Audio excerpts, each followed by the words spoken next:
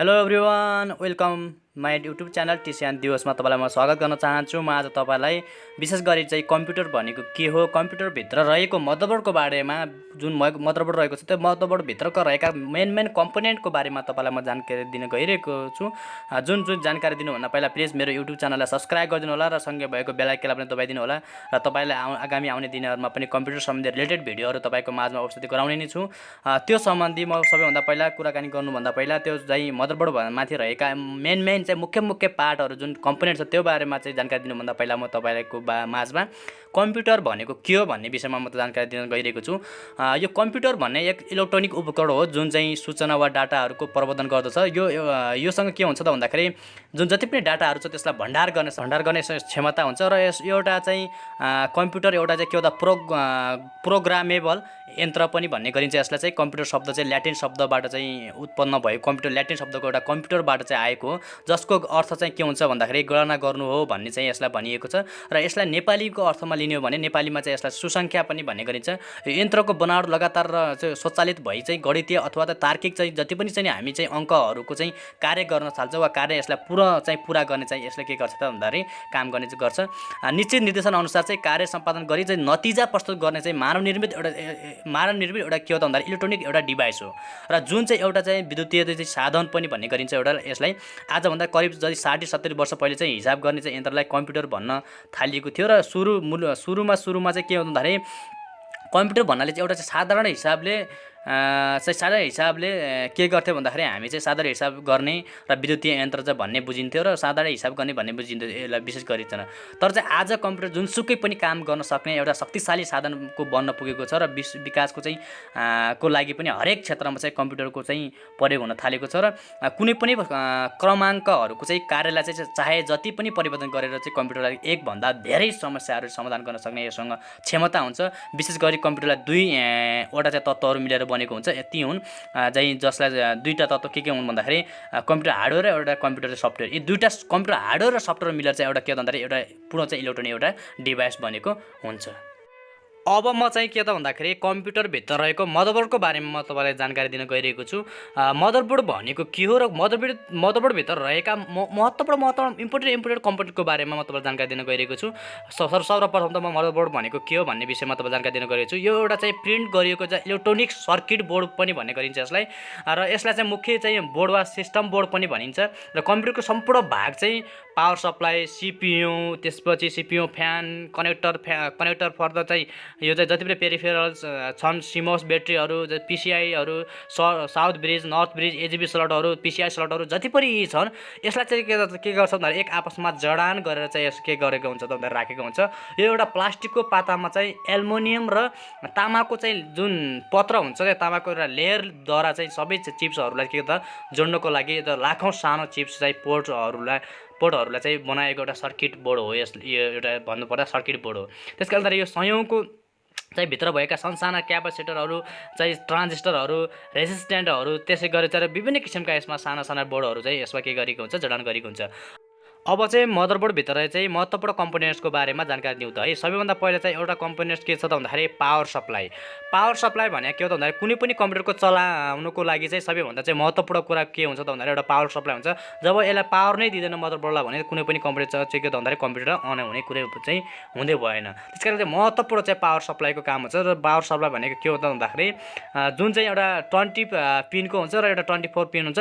SMPSले direct के हुन्छ मदरबोर्डलाई चाहिँ दिनुको निमित्त एउटा 24 पिन हुन्छ र 24 को हुन्छ एउटा र एउटा 20 पिनको हुन्छ र यो चाहिँ पिनले के गर्छ भन्दाखेरि मदरबोर्डलाई चाहिँ के गर्छ त भन्दाखेरि पावर दिने काम गर्छ र यसले चाहिँ कुन चिप वा पोर्टलाई कति शक्ति दिने हो र त्यो चाहिँ पावर कनेक्टरमा पहिले नै निर्धारण गरिएको हुन्छ र यसले चाहिँ सप्लाई गर्ने काम गर्छ। यो चाहिँ पावर कनेक्टरले एटेक्स पिनले चाहिँ यो 24 को हुन्छ 20 पनि हुन्छ।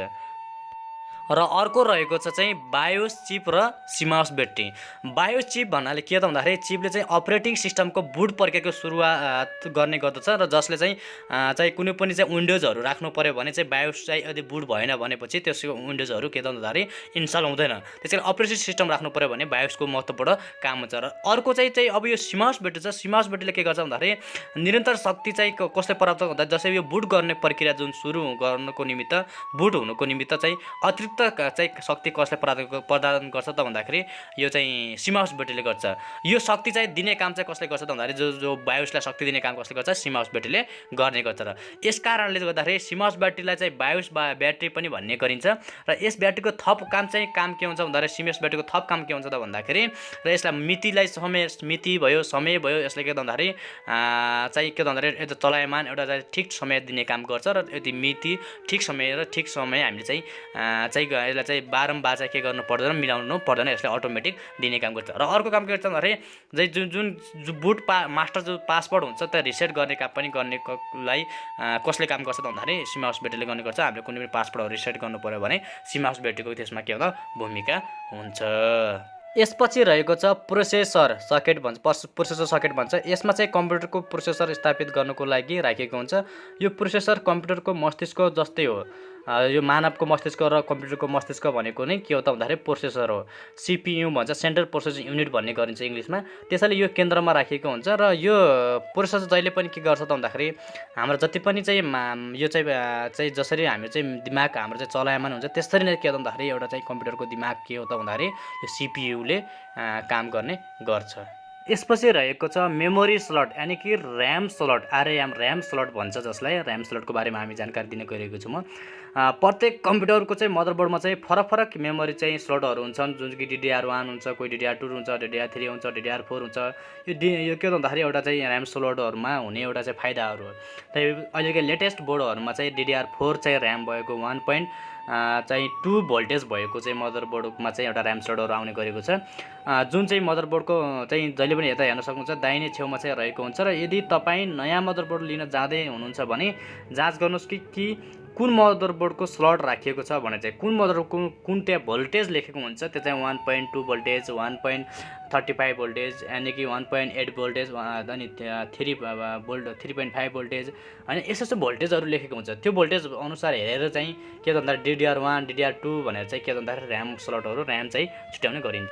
यसपछि रहेको छ नर्थ ब्रिज र साउथ ब्रिजको बारेमा जानकारी दिन गइरहेको छु। मदरबोर्डमा चाहिँ दुई भागमा चाहिँ बाँडिएको हुन्छ, एउटा नर्थ ब्रिज एउटा साउथ र अर्को चाहिँ साउथ ब्रिज। नर्थ ब्रिजले चाहिँ मेमोरी PCI स्लटहरूको सञ्चालनको लागि चाहिँ काम गर्दछ भने साउथ ब्रिजले के गर्छ भन्दाखेरि प्रोसेसर र नेटवर्क कार्डहरू जति पनि नेटवर्क कार्डहरू LAN कार्डहरू चाहिँ सञ्चालनको लागि चाहिँ के गर्छ भन्दाखेरि काम गर्दछ। र अर्को चाहिँ एउटा साउथ ब्रिज नर्थ ब्रिजको कुरा भयो। र अर्को एउटा के भन्दा नर्थ ब्रिजमा विशेष गरी चाहिँ ऱ्याम CPU र AGBलाई के गर्छ भन्दाखेरि चाहिँ सञ्चालन गर्ने काम गर्छ। र साउथ ब्रिजले के काम गर्छ भन्दाखेरि बायोसलाई, त्यसपछि अपरेटिङ सिस्टमलाई, त्यसपछि PCI स्लटलाई, त्यसपछि USB केबलहरूलाई यसले के गर्छ भन्दाखेरि साउथ ब्रिजले रन गर्ने काम गर्छ र सञ्चालन गर्ने काम गर्दछ। यसपछि रहेको चाहिँ PS2 पिनहरू जहिले पनि चाहिँ पोर्ट्सहरू छ, पोर्ट्सको बारेमा जानकारी दिएँ। PS2 माउस जस्तै माउस किबोर्डहरू छ, यता चाहिँ USB पोर्टहरू छ। त्यसपछि PS2 पोर्टमा चाहिँ किबोर्ड, माउसहरू, सिरियल पोर्टहरू, त्यसपछि अप्टिकल पोर्ट्सहरू, त्यसपछि गएर USB 2 छ, त्यसपछि चाहिँ नेटवर्क पोर्टहरू छ, अडियो पोर्ट छ, अडियो लाउने माइक्रोफोन चाहिँ पोर्टहरू छ। यी पोर्टहरू चाहिँ PS2 पिनहरू हुन्। जहिले पनि पोर्टहरू चाहिँ के गर्छ गर्दाखेरि यी पिनहरूलाई सिरियल पोर्टहरू पनि भन्ने गरिन्छ। नेटवर्क कार्ड जति पनि छन् यहाँ के भन्दाखेरि 45 चाहिँ RJ45 को तार पनि नेटवर्कको अघि कुरा नेटवर्कको पोर्टहरू हुन्छ। यसरी नै के भन्दाखेरि यी चाहिँ कम्पोनेन्टहरू चाहिँ मदरबोर्डमा निर्मित रहेका हुन्छन्। आजलाई यति नै। प्लिज अहिलेसम्म जति पनि मैले तपाईँलाई महत्त्वपूर्ण चाहिँ तपाईँलाई विषयवस्तुमाथि जानकारी दिइसकेको छु। अब चाहिँ लास्टमा तपाईँले चाहिँ प्लिज सब्सक्राइब गर्नुभएको छैन भने पुनः चाहिँ सब्सक्राइब गरिदिनु होला र सँगै रहेको चाहिँ बेल आइकनलाई पनि दबाइदिनु होला र त्यसपछि लाइक, कमेन्ट, सेयर समेत गरिदिनु होला। र आगामी आउने दिनहरूमा पनि तपाईँलाई नयाँ भिडियोहरू उपलब्ध गराएर तपाईँको माझमा समस्या समाधान गर्ने नै छु।